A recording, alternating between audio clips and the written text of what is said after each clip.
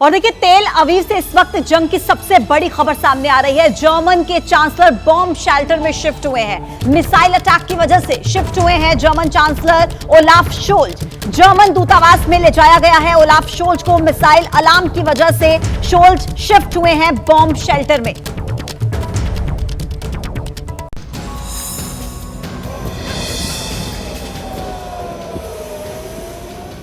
Hamas ने Israel में कत्लेआम मचाया। हमास इजरायल पर हमले कर रहा है। गाजा की तबाही के बाद भी हमास इजरायल पर रॉकेट दाग रहा है। इजरायल के मेन शहरों में हर तरफ खतरे के सायरन का शोर है। तस्वीरें उस वक्त की हैं जब इजरायल के प्रधानमंत्री बेंजामिन नेतन्याहू से मुलाकात के बाद जर्मनी के चांसलर तेल अवीव हवाई अड्डे पर पहुंचे थे। अचानक तेल अवीव के पास आसमान में अलर्ट वाले सायरन की आवाज गूंजी।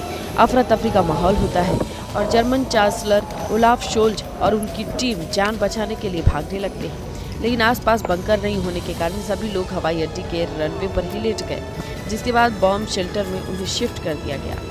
इजरायल में जब मिसाइल अटैक का अलार्म बज रहा था, उस वक्त ग्राउंड जीरो पर मौजूद एबीपी न्यूज संवाददाता अभिषेक उपाध्याय जान खतरे में डालकर रिपोर्टिंग कर रहे थे। ये देखिए धमाका हुआ, जबरदस्त धमाका। ये जबरदस्त धमाका हुआ है और अभी तक धमाके हो रहे हैं। देखिए हमास और इजरायल के बीच में जंग 12वें दिन भी लगातार जारी है। ऐसे में भारत सरकार ने ऑपरेशन अजय चलाया है भारतीयों की वतन वापसी के लिए, और इसी फेरिस्त में आगे बढ़ते हुए 5वां विमान देर रात दिल्ली पहुंचा। ऑपरेशन अजय के तहत इजरायल से भारतीय नागरिकों की वतन वापसी जारी है। इजरायल में फंसे करीब 1000 से ज्यादा भारतीय अब तक इंडिया लाए जा चुके हैं। इजरायल से भारतीय नागरिकों के देश वापसी के लिए चलाए जा रहे ऑपरेशन अजय अभियान के तहत देर रात 5वीं फ्लाइट इजरायल से नई दिल्ली पहुंची। हमारा इंडिया काफ़ी अच्छा है, स्ट्रॉन्ग है, हमारे लिए सोचते भी है। जैसे सायरन बजता है उसके 1 मिनट के अंदर हमको शेल्टर में जाना होता है। 5 to 6 मिनट शेल्टर में रहना होता है। फर्स्ट टाइम जब बहुत बार सायरन बजा तो हम खुद शॉक में हो गए कि क्या हुआ ये अचानक से। तो फिर थोड़ी देर बाद न्यूज़ में आने लगा कि ऐसे अटैक हुआ है बॉर्डर के साइड पर और आपको घरों में ही रहना है। इजरायल में करीब 18 से 20 हजार भारतीय नागरिक रहते हैं। इजरायल और हमास के बीच भीषण जंग छिड़ी हुई है। ऐसे में भारत सरकार ने अपने नागरिकों की सुरक्षा के लिए 12 अक्टूबर को इजरायल और फिलिस्तीन से भारतीयों को वापस ले आने के लिए ऑपरेशन अजय लॉन्च किया था। भारतीय दूतावास 24 घंटे अलर्ट पर हैं।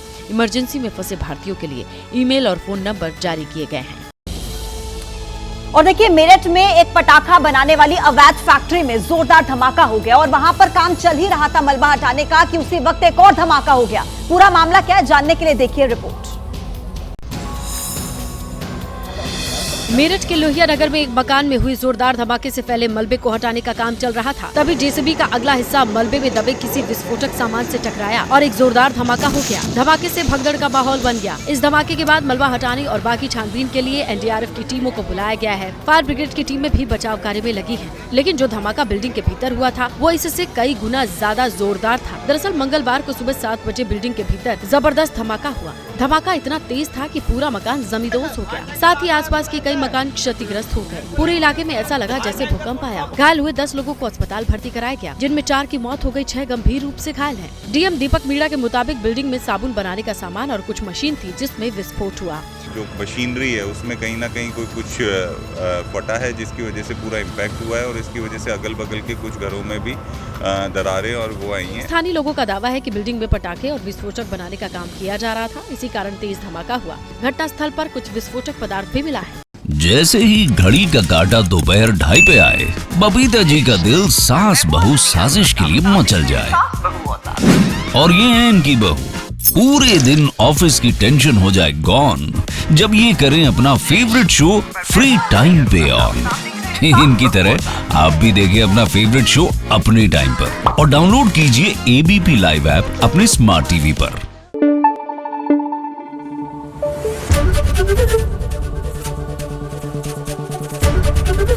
एबीपी न्यूज आपको रखे आगे।